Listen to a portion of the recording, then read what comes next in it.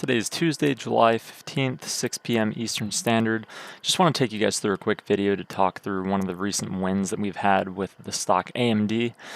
I want to talk you through first the entries that I made, the reason why I entered this position in the first place, what we were looking at, and some of the profit targets that we had set. And we still have one of the four positions remaining that we are holding onto as a runner, which we'll talk about the target that we're aiming for in terms of price. My first day of entry for AMD was February 12th.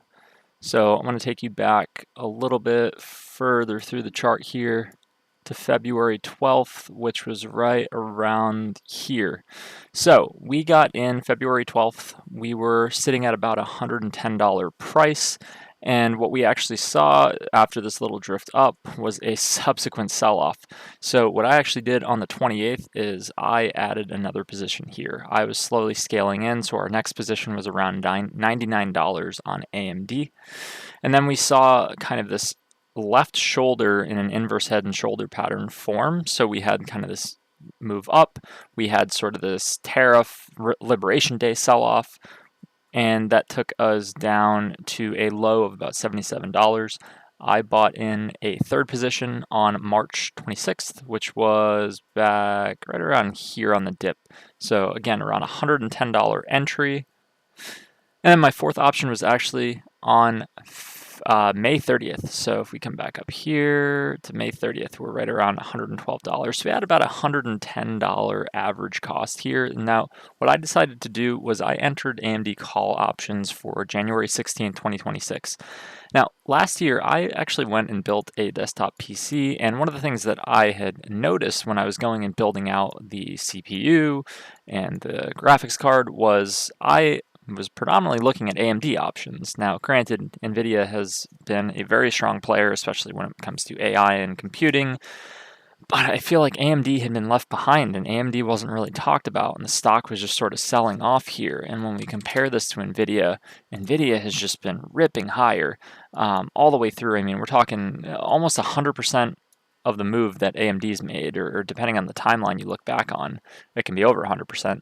Now, the other option here, and this is a very limited space in terms of players in the market, in terms of PC, CPU, and graphics card parts, you really only have a couple of options. You've got Intel, which obviously a good chip maker for graphics cards. You've got AMD, and then you've got Intel.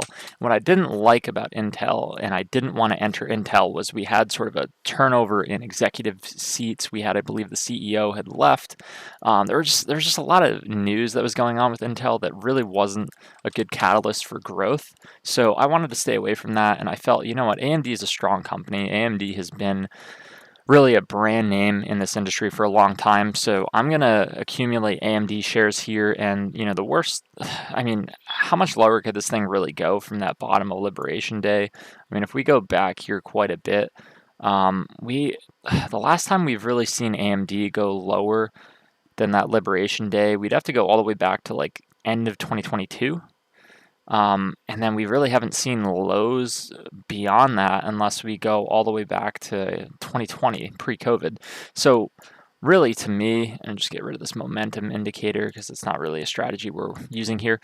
Really, to me, there wasn't a whole lot of downside on AMD. It's a strong brand in a strong growing industry in the semiconductors, and we saw this pattern formation play out with this inverse head and shoulders, and that's where I had started to tee up and buying that fourth option contract around May 30th was when we saw what looked to be forming an inverse head and shoulders. Right around here, we were buying in on our fourth entry.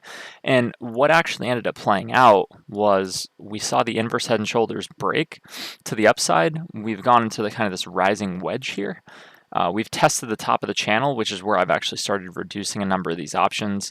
And then today, we actually had a break up and a gap up on the open. This was on NVIDIA news related to being able to sell their chips in China that were originally being regulated. We saw the entire semi industry really take off.